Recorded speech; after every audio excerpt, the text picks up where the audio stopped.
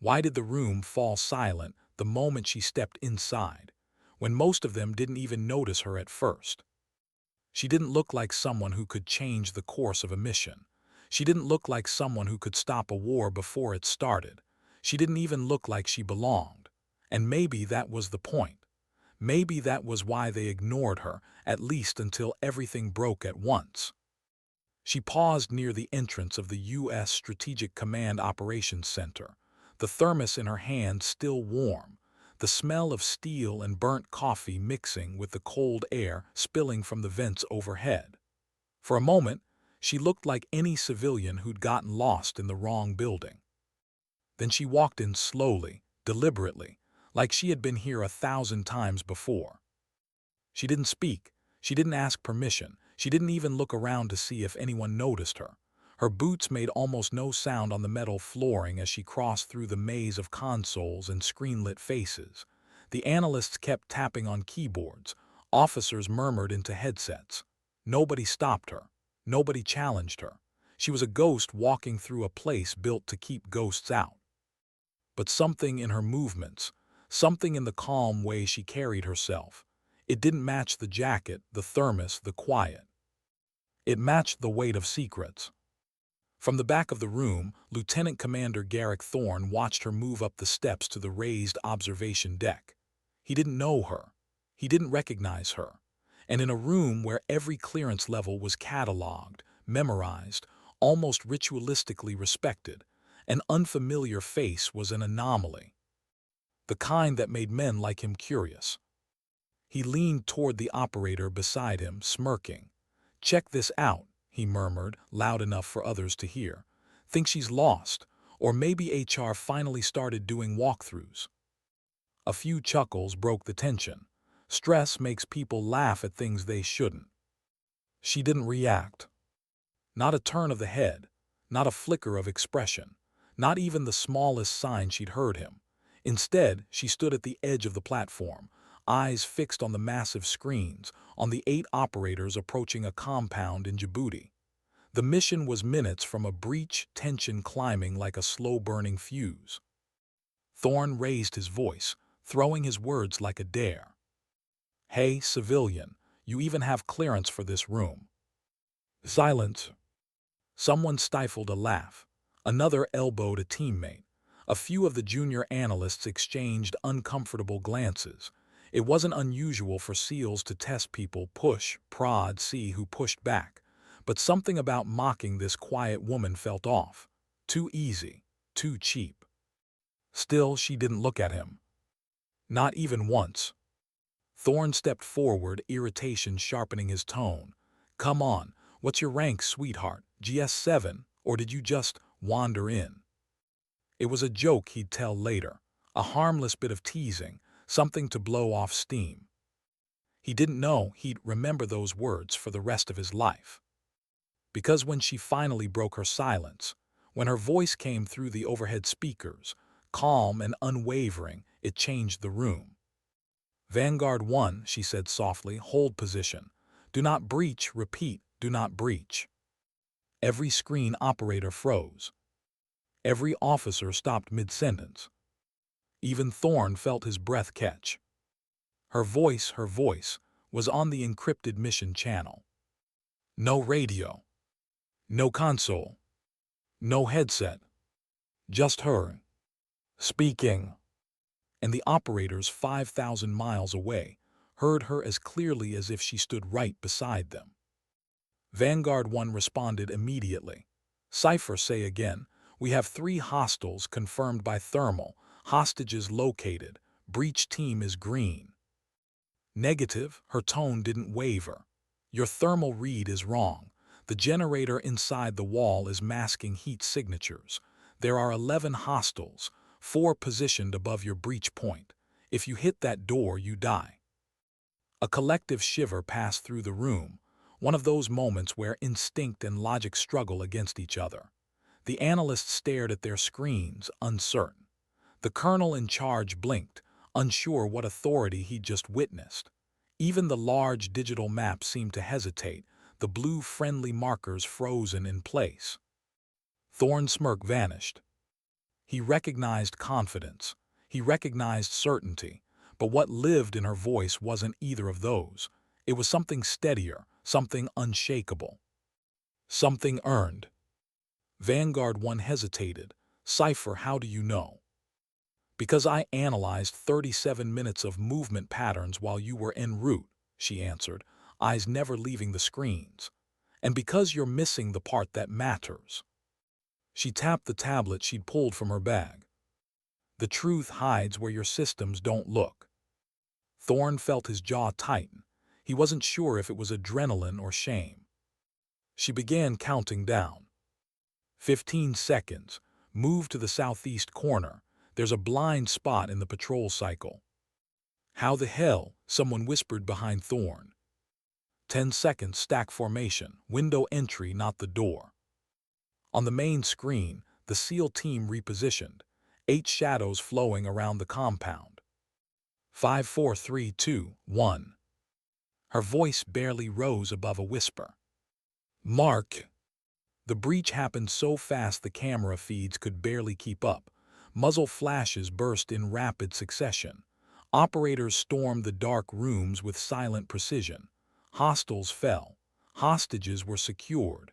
And in under 30 seconds, "All hostiles neutralized," Vanguard 1 reported, breathless. 12, not 3. "Cipher, your call was perfect."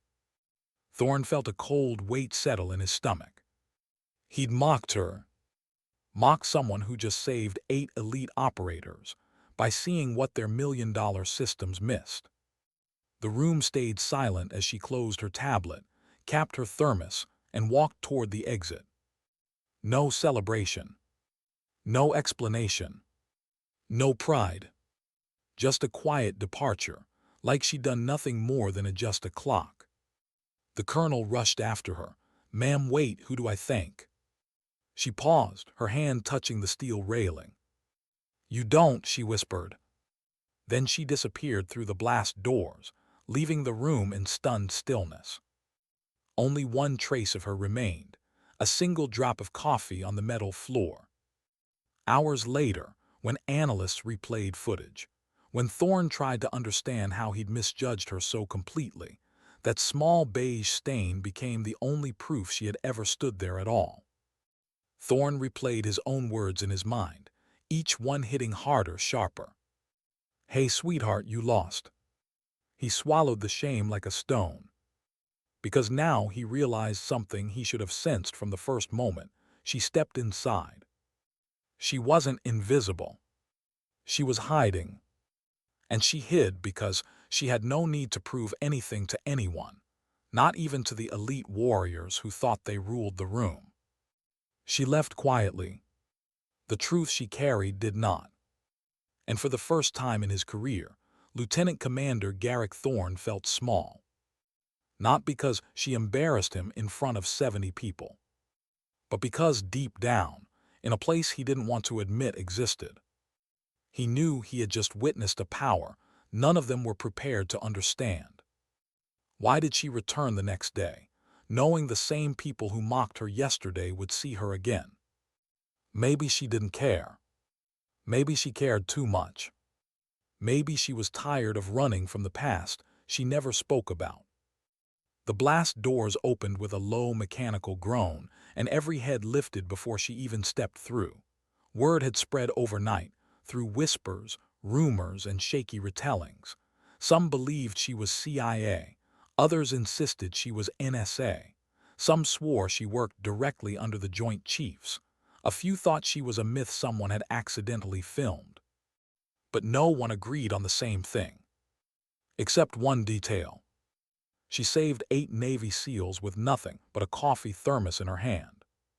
Thorne stood straighter when he saw her, shoulders square, jaw tight. He expected her to look different, bigger, sharper, more intimidating, the kind of person who deserved the respect she earned. But she still looked the same. Unassuming jacket, simple boots, hair pulled back low, not neat enough to fit in with military regs, yet not messy enough to call careless. She stopped at the railing again, leaning just slightly, just enough to see the screens without blocking anyone's view. She didn't greet anyone, didn't acknowledge the ripple of silence that moved across the room like a wave. For a moment, the only sound was the hum of servers and distant chatter from other wings of the facility.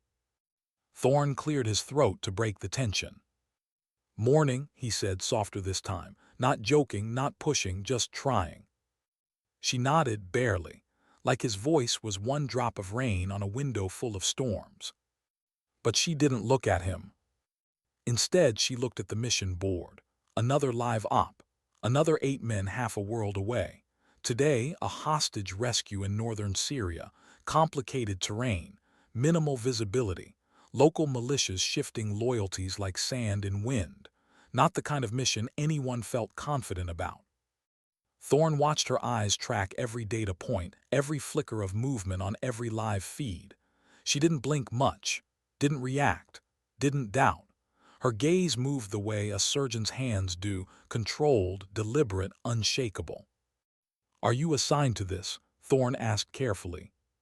"No." The word dropped like a stone. He waited, she said nothing else. "But you're here anyway." "Someone should be," she replied. It wasn't arrogance, it wasn't pity, it wasn't superiority. It was something far heavier. Regret. The operators whispered behind their consoles. "She's the one from last night. I heard SOCOM called at 3 a.m. My buddy at Langley said she used to." "No, that's classified, don't say it out loud." The place buzzed with curiosity, tension, admiration, fear. She ignored all of it. A new voice broke the noise, Colonel Burke. He approached her with caution, carrying 2 manila files pressed tightly under his arm, the way officers hold things that matter. His voice was steady, but a shade too polite. "Ma'am, Cipher, is it?" he asked quietly. "That's what the SEALs called you." "It's just a call sign," she replied. "But it's yours, isn't it?" Her jaw clenched, a small, subtle movement, so fast that anyone not watching her closely would miss it. Thorne didn't miss it. Burke gestured to the mission feed. "We could use your insight today, same team as last night." Silence stretched between them. She didn't answer. She didn't have to. Her eyes were already locked on the satellite overlay. A shadow moved across one of the screens. A figure approaching from behind the target structure, someone none of the surveillance systems marked. No heat signature, no tag, no facial match. A ghost. Thorne saw it too. That's not in the pattern." "No," she whispered, "and that's the problem." She grabbed a headset, her first visible interaction with any equipment in the room, but instead of placing it on her head, she held it like it weighed 100 pounds. Burke stepped closer. "What is it?" Her voice softened. "There's something you do know, something no one told you." He stared at her. "About the mission." "No," she inhaled, slow and controlled. "About me." Thorne's heart thudded once heavy. She glanced at the screens again, calculating angles, distances, probabilities. Her fingers flexed against the headset, tension rippling through her shoulders like she was wrestling with something inside herself. "Cipher," Burke pushed. "Whatever you're not telling us, we need it. Lives are at stake." Her eyes closed for a brief second, a fraction of a breath, and when she opened them they looked heavier, older, more tired than someone her age should ever look. "The man approaching the structure," she said quietly, "isn't hostile." Burke blinked. "How do you know?" "I know his walk." Thorne frowned. "His walk?" "I trained him." The room went still. Not silent, still, like the air refused to move. Thorne's pulse kicked into his throat. "You trained who exactly?" She didn't answer. She didn't have to. The man on the screen stopped, lifted his hand, and touched the side of the wall, exactly where she said a blind spot would be. Burke whispered, "He's one of yours." Her voice cracked, not loud but enough that Thorne heard it. "Yes."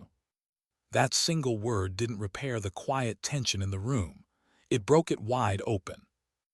Thorne stepped beside her now, no distance, no ego. You're telling us you trained operators at that level, Syria, Tier 1. She didn't look at him. I taught them to disappear. Thorne swallowed. Why would one of them be there with the enemy? For the first time, she broke her gaze away from the screens and looked at him directly. The pain behind her eyes hit harder than anything he expected. Because I failed him. Burke stiffened. Cipher if he's gone rogue. He's not rogue, she cut in. He thinks he's doing the right thing. He thinks he's saving innocent lives by stopping this mission. Thorne felt his breath catch. Is he wrong? Her answer came like a whisper, dragged across broken glass. Yes. The screens flickered, movement inside the compound. The SEAL team repositioning. The man she trained stepping into the most dangerous place imaginable. Seconds ticking down, every heartbeat louder than the last. Burke's voice rose. Cipher, if you know him, talk them through this. Help them. I can't. Her hands tightened on the headset until her knuckles whitened. Not yet. Thorne stared at her, frustration sharpening his voice. Why not? She closed her eyes. Because there's something else I haven't told you. Burke exhaled sharply. What could possibly matter more than this moment? Her voice was barely audible, but it carried through the entire room. He wasn't the only one I trained. Every console operator froze. Every pair of eyes turned toward the screens. Every pulse quickened. She lifted the headset with trembling fingers. Her voice steadied, quiet, determined, heavy with a truth she'd been running from. I trained all 12 men inside that compound. Thorne felt the blood drain from his face. Inside, you mean? Her voice cracked again. They're not hostiles. Burke looked like someone had punched him. Cipher, what are you saying? They're American. A collective gasp rippled through the room. She continued, tears burning at the edges of her eyes, anger, shame, grief all swirling together. They were my unit, my program, my responsibility. Thorne stumbled a half-step back. Burke gripped the console to steady himself. The screens continued their silent countdown toward chaos. She finally placed the headset on her ears. Her last words before speaking into the mission channel cut through the room like a blade. And I'm the reason they're trapped in there. What truth was heavy enough to make even the strongest voice tremble? She didn't answer that question, not yet.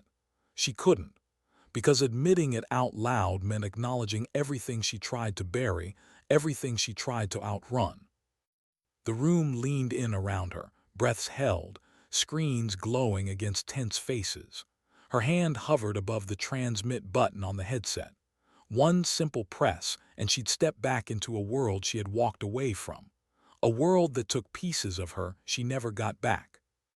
Burke's voice broke the silence. Cipher, what program, what unit? She didn't look at him.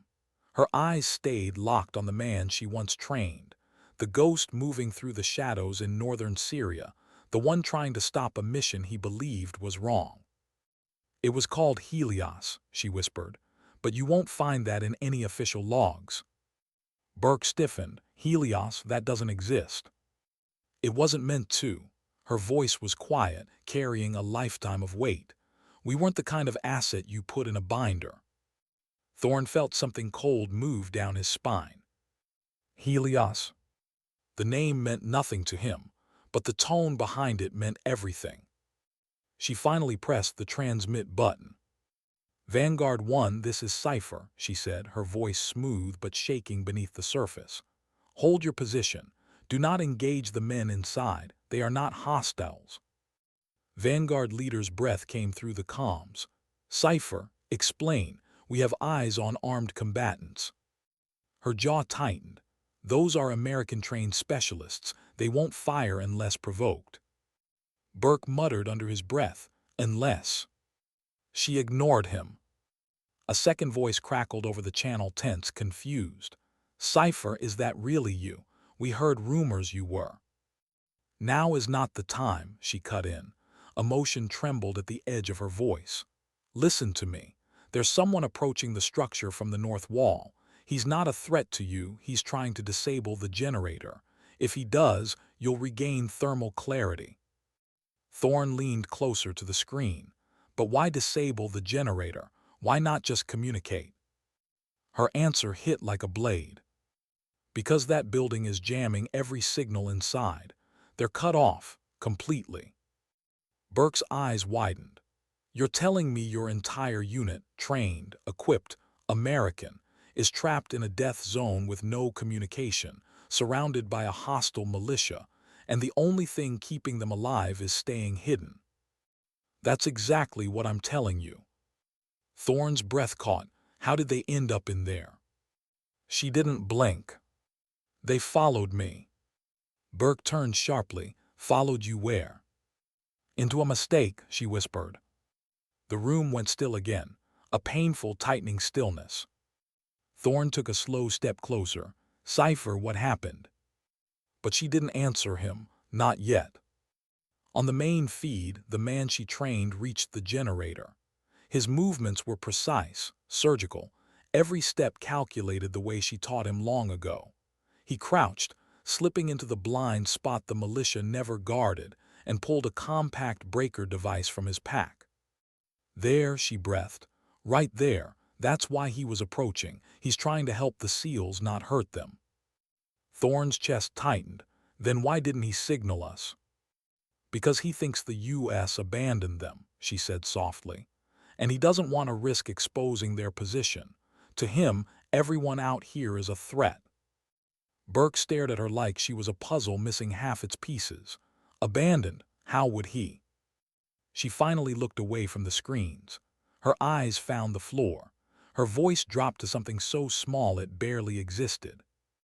Because I never told them I left. That sentence didn't just hang in the air. It suffocated it. Thorne inhaled sharply. Left what? Left who? She lifted her gaze. Eyes shining with pain she refused to let spill. Helios wasn't a unit, she said. It was a family, and I walked away from them when they needed me most. Burke took a step back like he'd been struck. Cipher, you can't mean. She cut him off. They were warned. They were told the mission was too dangerous, too volatile, too political, but I believed I could lead them through it. I believed we were unbreakable. Her hands tightened on the console. I was wrong. The screens pulsed again as thermal clarity returned, shapes inside the building emerging from the haze. Vanguard 1 murmured updates, shifting positions, waiting for her next orders.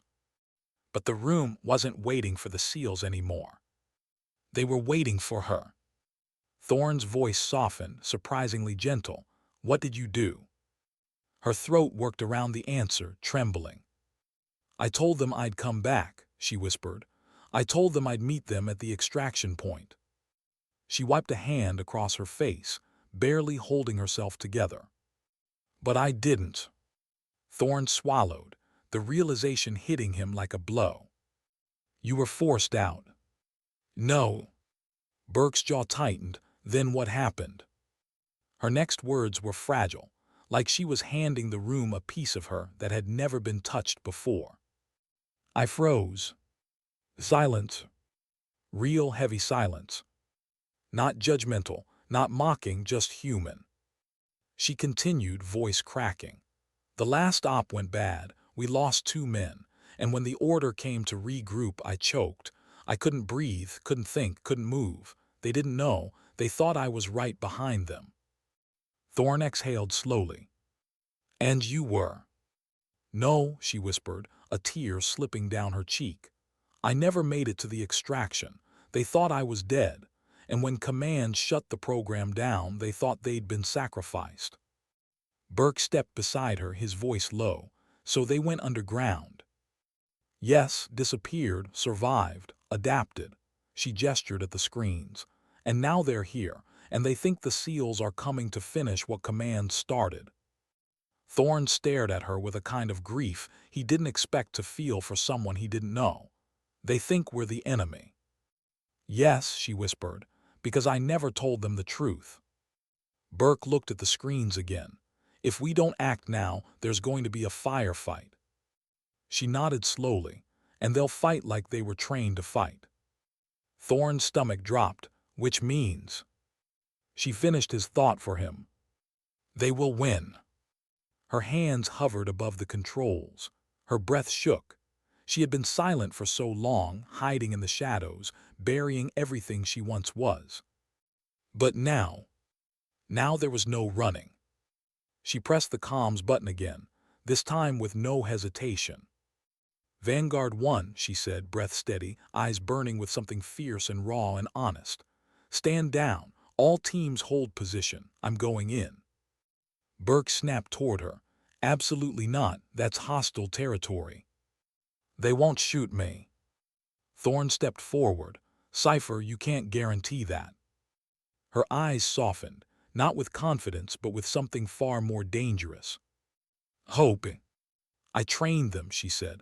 They'll recognize my voice. They'll recognize my walk. They'll know. Burke grabbed her arm. This is suicide. No, she whispered. This is responsibility. She removed her headset and set it on the console with a quiet, final click.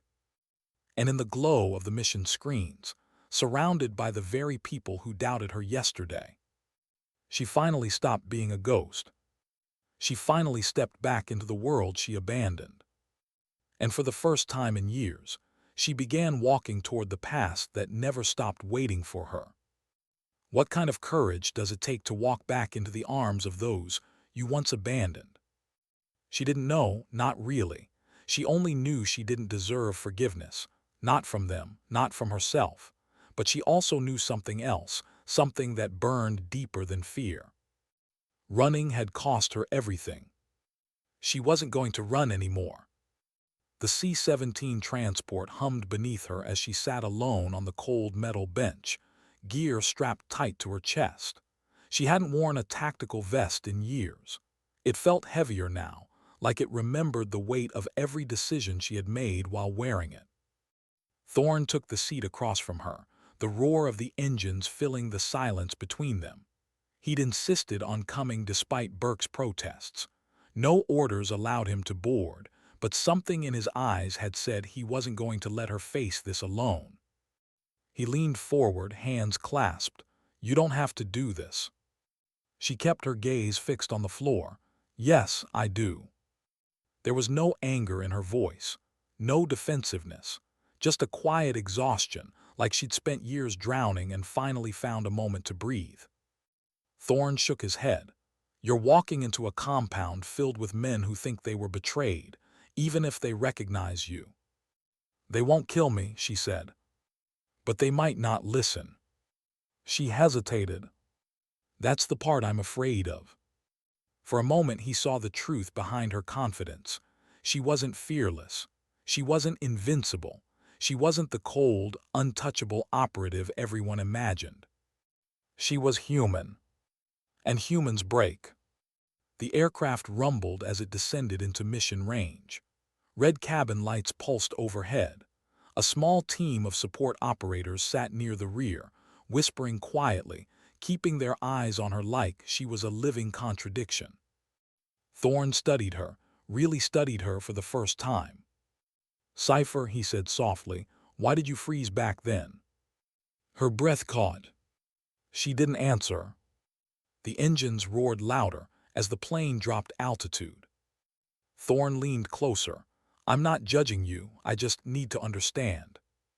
She slowly lifted her eyes to his. They were pinned down, she whispered. Ambushed. We'd been fed false intel.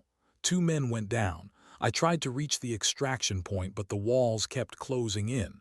My chest, my throat, I couldn't breathe. I felt like I was dying. Thorne nodded gently. Panic attack. No, her voice cracked. Cowardice. That's not cowardice, he said firmly. She didn't argue. Not because she agreed, but because the pain was too old and too familiar to debate. We're landing, a crewman shouted. She inhaled and exhaled once, controlled, the way she used to before missions, before everything fell apart. When the ramp lowered, cold night air rushed inside. Dust swirled under the floodlights of the airstrip. She stepped off first, boots pressing into rough sand, the weight of the night pressing into her shoulders. Thorne followed, adjusting his gear, scanning the perimeter. This area isn't secure. We shouldn't stay long. We won't. A small vehicle approached, local partners ready to drive them to the edge of the conflict zone. As they loaded in, Thorne looked at her profile, the way her jaw tightened, the way her fingers tapped against her thigh in a rhythm that wasn't nervousness. It was memory. As the vehicle sped through narrow dirt paths, passing crumbling stone walls and flickering lanterns, he finally asked the question no one else dared. What does Helios mean? Her breath hitched. It means the sun, light in places where no light exists. And you were their commander. No, she shook her head, their protector. But they thought you failed. I did fail. She stared ahead, eyes hollowing as they neared the compound. When I didn't show up at extraction, she continued, they held their ground for 12 hours. They thought I was coming back. They fought until they were ordered to stand down. Her voice softened to a whisper. They didn't know I was lying in the dirt 30 miles away, unable to move. Thorne felt his throat tighten. And when the shutdown order came, she said, voice breaking, they thought the government erased them the same way I disappeared. The vehicle rolled to a stop at a ridge overlooking the mission zone. Vanguard elements were already positioned in support roles, but withdrawn per Cypher's orders. Thorne looked through binoculars. 500 meters, the compound's just beyond those ruins. She stepped out into the cold wind, her breath visible in the moonlight.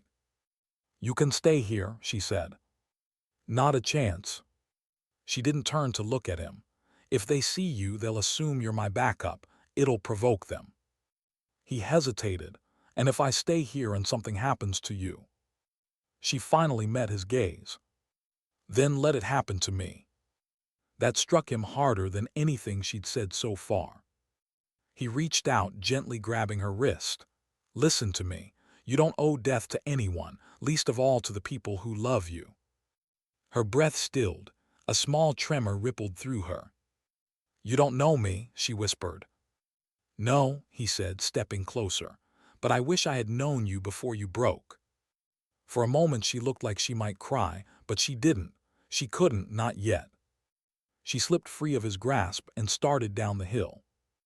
Every step forward erased a piece of the life she built in hiding. Every step dragged her back toward the one she left behind. At the base of the ridge, she paused. The compound loomed ahead, dark, silent, layered with fear and memory. She raised both hands slowly, not as surrender but as recognition, the way she trained them. A signal that meant I'm here. I'm not a threat, I'm yours.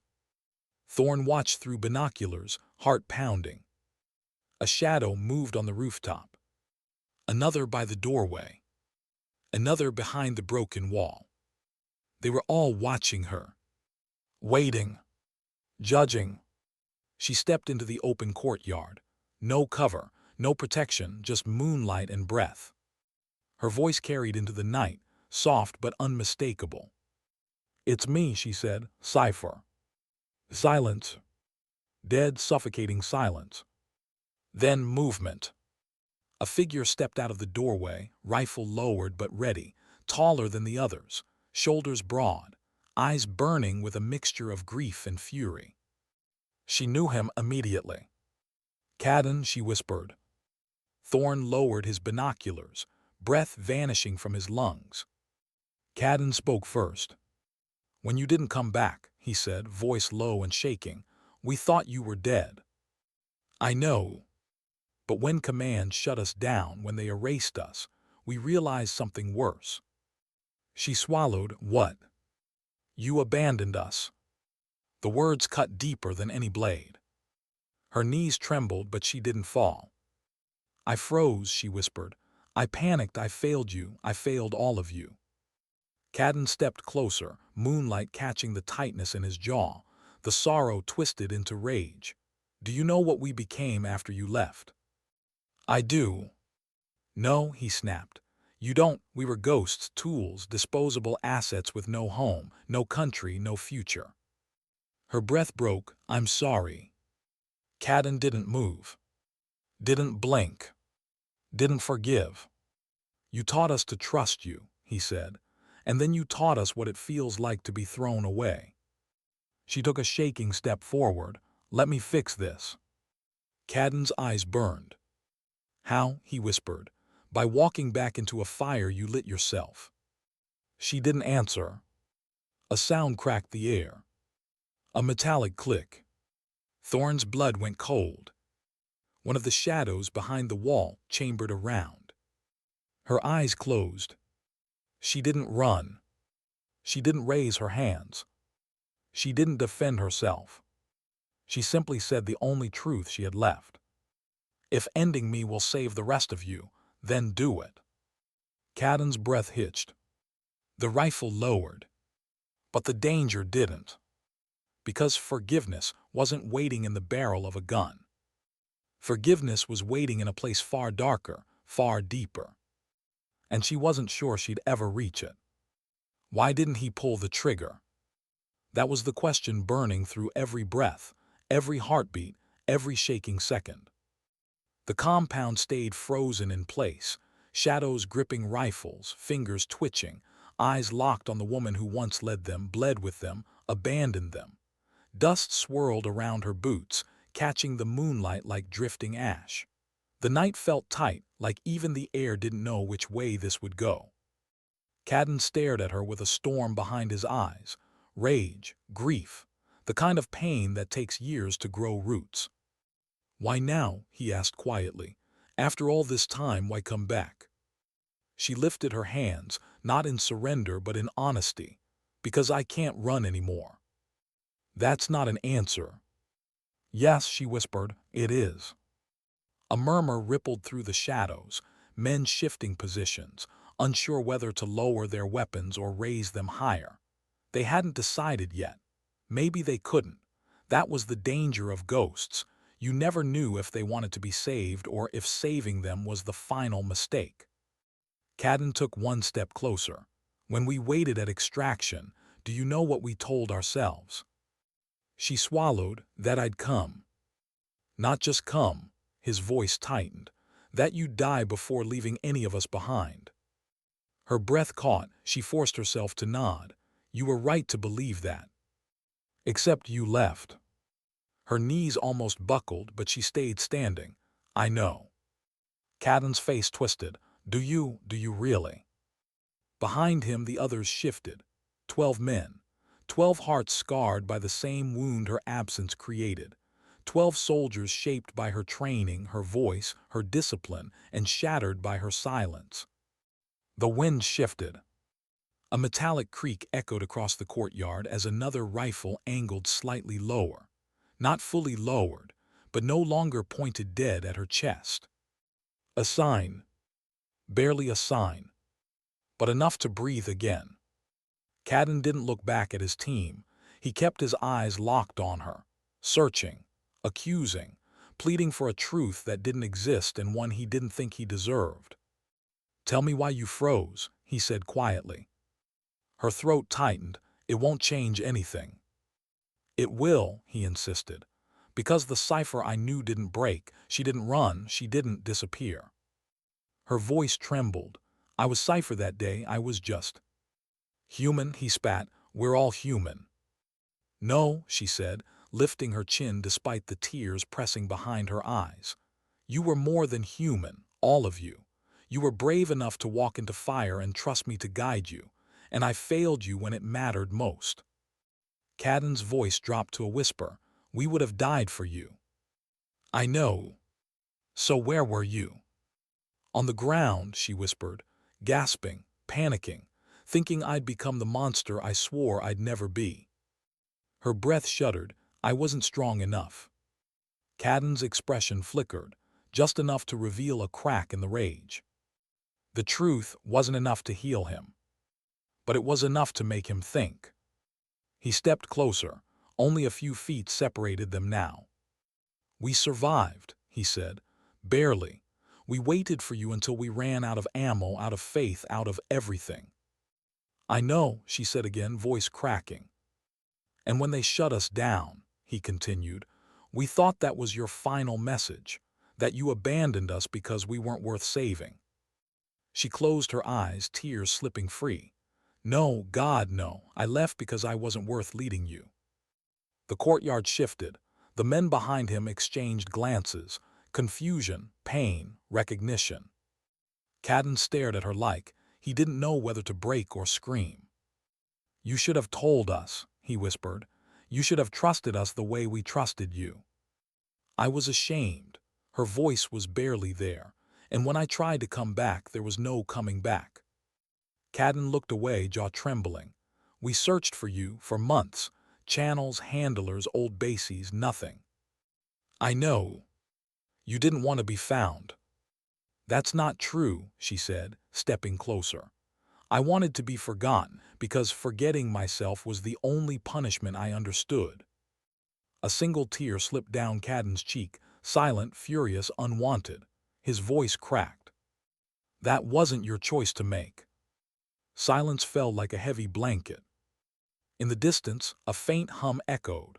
Thorne adjusting his position near the ridge, watching, waiting, praying this didn't end with gunfire. She took a breath, then another, then said the thing she had never said out loud. "I'm here to take you home." The courtyard rippled with energy, fear, disbelief, anger, hope, all tangled together. Cadden's voice hardened. "Home, that place doesn't exist anymore." "It can," she whispered. "Not for us." "It will," she insisted, voice trembling but fierce. "I'll make sure of it, even if I have to burn half the world down to give you back what was taken." For the first time, Cadden's stare softened into something fragile, something wounded. "You still talk like a leader." "No," she whispered. "I talk like someone who owes everything to the people she failed." A sharp sound cracked from the far side of the courtyard. One of the younger men stepping forward, rifle still raised but face conflicted. "Is it true?" he demanded. "All of it, the panic, the shutdown, you not showing up?"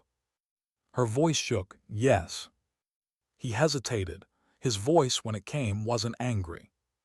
"It was broken." "Then why didn't you tell us you were alive?" She met his eyes. "Because I didn't think I deserved to be." That sentence cut through the courtyard louder than any bullet. Several rifles lowered without being told to. Some men stepped closer, others stepped back. Tears glinted, rage simmered, but the danger shifted away from violence toward revelation. Cadden exhaled shakily. "You trained us to read people," he said, "to see truth even when they hide it." "I did." He stepped closer until they were only inches apart. "I'm looking at you," he said softly, "and I see someone who's telling the truth for the first time in her life." Her breath hitched. The moment stretched, raw, trembling, impossibly fragile. Then a shout tore through the night. "Contact south." Thorne's voice. Gunfire erupted sharp, echoing across stone walls. "Militia forces." Dozens. Flooding toward the compound from the ridge. Chaos slammed into the courtyard like a tidal wave. Cadden spun toward his men. Positions move. Rifles snapped up. Boots pounded dirt. Shadows formed defensive lines almost instantly, muscle memory igniting without hesitation. Thorne's voice crackled through her earpiece. "Cypher, get down, they're everywhere." She didn't get down. She turned toward Cadden. "This fight isn't yours," she said. He looked at her like she'd lost her mind. "Yes, it is. We stick together always." "No," she said, grabbing his arm. "Let me end this." "How?" She looked at him with eyes full of fire.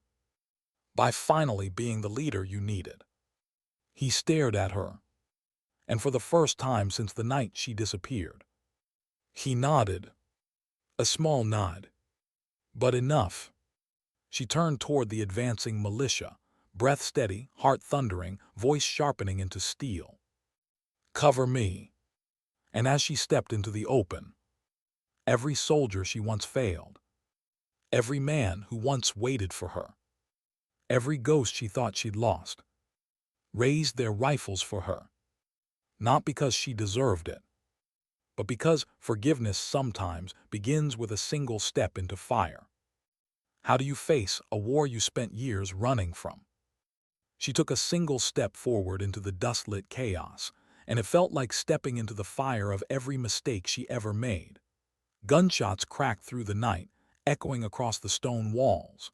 Militia fighters swarmed from the ridge with reckless speed, rifles raised, shadows flickering beneath the moon like a tide of rage. Behind her, Cadden barked orders, old instincts snapping alive. Shift left, 2 on the wall, hold the flank. The men moved with precision, a silent machine of 12 sharpened edges. But there were too many enemies, too much ground, too many years spent fighting the wrong wars. She didn't lift a weapon. She didn't take cover. She stepped deeper into the open, hands raised, not in surrender but in command. Thorne's voice cut through the comms, frantic. "Cypher, get out of there now." She didn't respond. Her eyes locked on the militia commander, a scarred man standing atop a broken slab of concrete, shouting orders through the chaos. His presence was unmistakable, too confident, too calm, the kind of man who survived long enough to think he couldn't die. She walked toward him. Bullets ripped the dirt around her boots. Cadden shouted her name once, voice cracking. Thorne cursed through the radio, but she kept walking, every step slow and deliberate, like she wasn't afraid of dying. Maybe she was. Maybe she'd accepted it the moment she stepped into the courtyard. The militia commander spotted her. Confusion flickered, recognition. No, something else. Caution. She raised her voice, not shouting, but speaking with the kind of clarity that could cut air. Stop firing.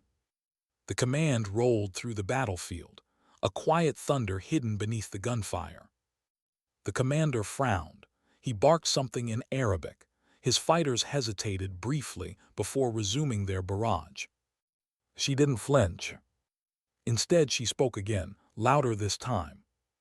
Your men are walking into a trap. The commander's expression shifted, not fear, not yet, but doubt. She stepped closer. Your scouts marked this compound as abandoned, but the intel you received, false, planted. You're attacking the wrong enemy. Gunfire continued behind her. Cadden shifted his men, deflecting every advance, but their lines were thinning. Ammunition was running low, and every second she stood exposed was another invitation for death. Thorne's voice tore through the comms. Cypher, fall back, please. She ignored him. Instead, she lifted her chin and faced the commander fully. Your real threat is to the east, she said. Another militia is moving toward your villages, toward your families. They'll wipe out everything you're fighting to protect. The commander's eyes narrowed. Lies. No, she said, voice steady. Truth your sponsors hid from you. She slowly opened her jacket, revealing no weapon, only a data chip clipped against her vest. Everything you need to verify it is right here. Rifles snapped toward her from every direction. But she didn't stop. She breathed once, long, steady, final. Kill me, she said, and you'll never know which part of your world burns first. Behind her, the courtyard went dead silent. Even the shooting stalled, a heartbeat suspended between destruction and revelation. The commander's gaze flicked between her, the compound, the chaotic battlefield. A long, suffocating moment passed. Then, he raised his hand. His fighters stopped firing. All of them. Cadden froze mid-movement, rifle still raised. His men stayed crouched behind cover, uncertain whether to celebrate or brace for impact. She didn't move, didn't breathe, didn't blink. The commander climbed down from the concrete slab and walked toward her slowly, sand crunching beneath his boots. When he stood a few feet away, He reached out and yanked the data chip from her vest. She didn't resist. He held it up to the moonlight, examining it like it held the answer to the entire world. Then he said 3 words in careful English. "If you're lying." "I'm not." He stared at her for what felt like forever. His eyes were searching, not for weakness but for truth. Finally, he raised his hand again. His militia lowered their rifles. They began pulling back, retreating, disappearing into the night like smoke caught by wind. The battlefield fell silent. Only the crackling of distant fires remained, and the trembling breaths of men who weren't sure how they were still alive. She exhaled, slow, exhausted, relieved. Her legs nearly buckled. Cadden rushed to her, gripping her arms before she could fall. "What the hell was that?" he demanded, voice shaking with fear and fury. She swallowed. "A choice." "What choice?" Her eyes lifted to meet his. "To stop another war before it started." Cadden's grip tightened, not angry but grounding. "You could have died." "I know." He looked at her with something raw, something human, something she hadn't earned but desperately needed. A second hand landed on her shoulder. "Thorn." He knelt beside her, breath unsteady. "If you ever scare me like that again, I'm dragging you back to the U.S. myself." She almost smiled. Almost. But years of silence don't break easily. Cadden stepped back, giving her space but not distance. The others approached slowly, faces torn with disbelief, exhaustion, and something else. Forgiveness. Maybe. A few men lowered their weapons completely. One pulled off his mask. Another wiped his face with shaking hands. And in the middle of it all she stood, not as Cypher, not as a ghost, not as a legend. As the woman who finally stopped running. Cadden cleared his throat, voice tight. "What now?" She looked at the 12 men she once left behind, the 12 shadows who carried her absence like a wound. Then she looked at Thorn, the man who saw her truth and didn't flinch. And finally, she looked at the smoking horizon, where the commander's forces disappeared into the dark. "We go home," she said softly. Cadden frowned. "Home is gone." "No," she whispered, "it's waiting." One of the younger men stepped forward, eyes moist. "And you'll stay this time." She hesitated, then nodded. "Yes." Cadden didn't smile. Not yet, not fully, but his expression softened enough to show the first crack of healing. He extended his hand. "For now," he said carefully, "walk with us." She took it. The weight of years melted into the warmth of a single touch. Behind them, Thorn let out a breath he'd been holding since she walked into the courtyard. "You know," he muttered, "for someone who claims she's broken, you just saved 3 different factions in one night." She glanced back at him, voice quiet. "Being broken does mean you can't save someone." He nodded slowly. "Maybe, but it also means you get to be saved too." Her eyes softened. She didn't argue this time.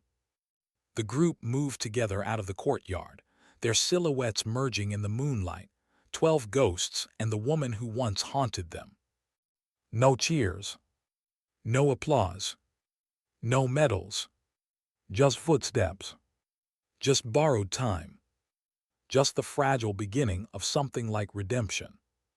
And as the cold wind carried the dust away, as the fires dimmed into embers, as the echoes of gunfire faded into memory, a quiet truth lingered in the silence. Sometimes dignity doesn't speak. It simply acts. And on that night, in a forgotten corner of the world beneath a wounded moon, action saved what words never could.